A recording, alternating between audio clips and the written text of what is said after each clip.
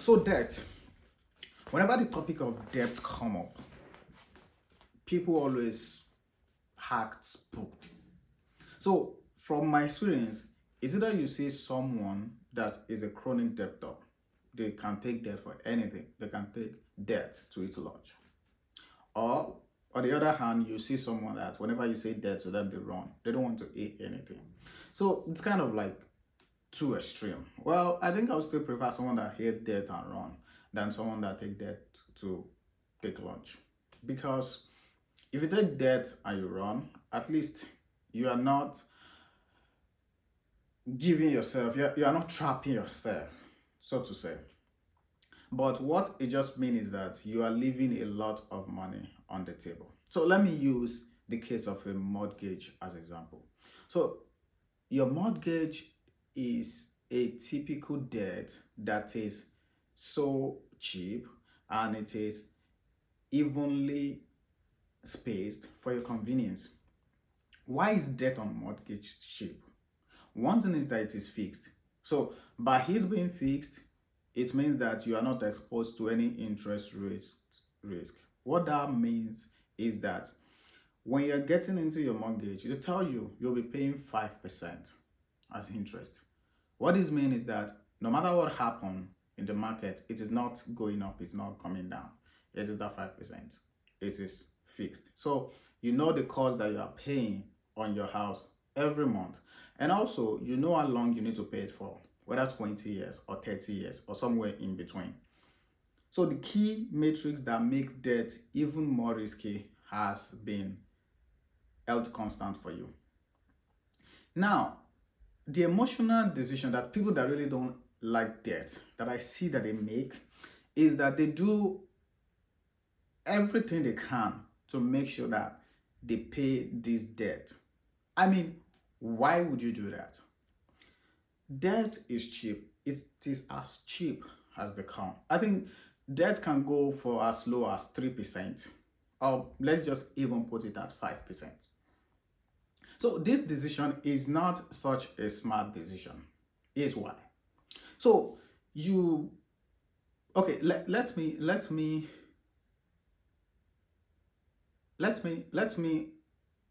size it, right? This month, after paying your regular payment on your mortgage, you still have $1,000 excess. This $1,000, you don't have use for it. You don't have immediate use for it. So you are facing the two options of using it as another down payment for your mortgage so that you can pay it up faster. And another option is for you to invest this 1,000 in, say, S&P. Right. Now, for your mortgage that is 5%, let's say it is 5%, you use the 1,000 to pay down the mortgage. What you are essentially doing is that you are saving 5% on $1,000 every month till your mortgage ends, right? On the other side, you could have just put the 1,000 in S&P, and S&P historically will give you something between 10% and 12%. So if you invest in mortgage, you are getting like 12% return. Sorry, if you invest in S&P, you are getting 12% per annum on average.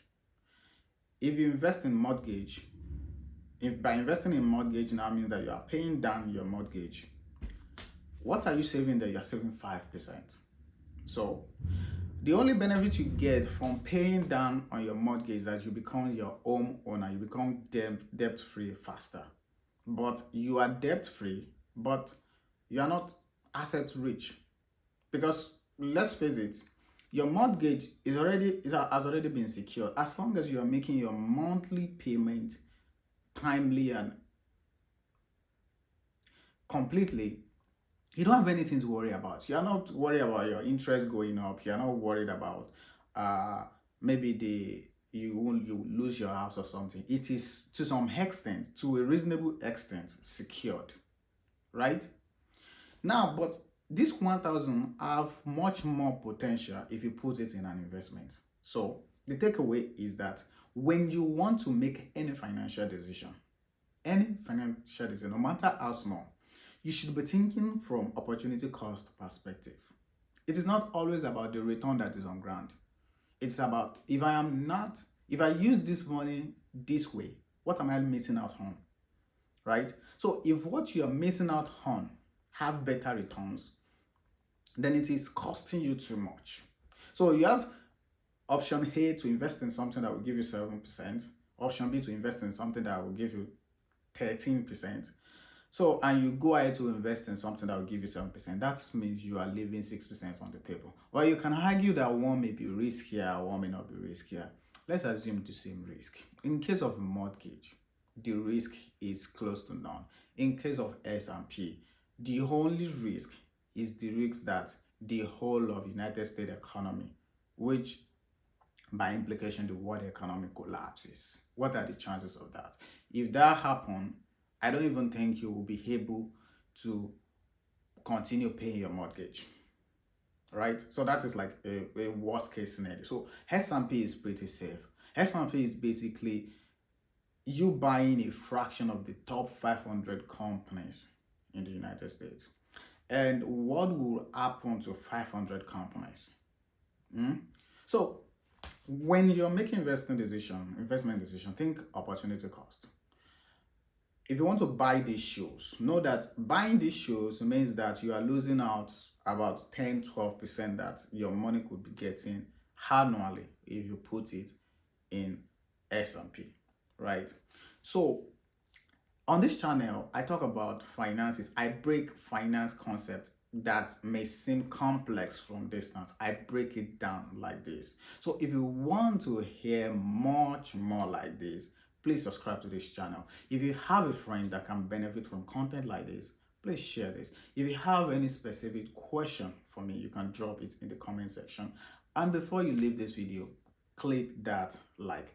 My name is Moses, and I will see you in the next video.